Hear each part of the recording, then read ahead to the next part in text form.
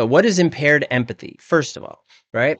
Now, there's cognitive and emotional empathy. Cognitive empathy is that you can relate to it in a very thought manner, meaning that you can cognitively conceptualize it, right? Thinking, you can understand it, you can recognize what it is. Yeah, that makes sense to me.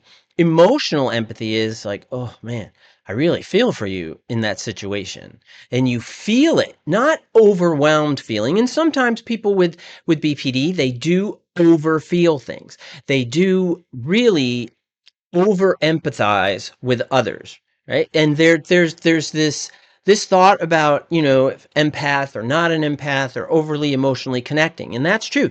But when we're talking about emotional empathy, right, somebody's going through something and you really really feel it, and sometimes you feel it so intensely that it feels like it's happening to you, which can then distort your objectivity.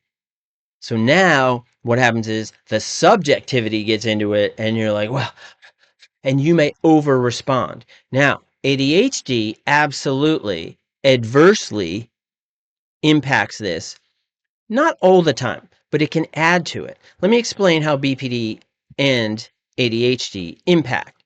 The symptoms that make up ADHD include distractibility, impulsivity, trouble staying tuned into others' feelings. Whereas BPD, there's a sense of emotional overwhelm, black and white thinking, that's splitting, right? And projection. Projection is that you have feelings and you project it on to someone else. And you're not always aware that you're doing this because sometimes it's a defense mechanism. You're protecting yourself by projecting those emotions you feel like you can't deal with on to someone else.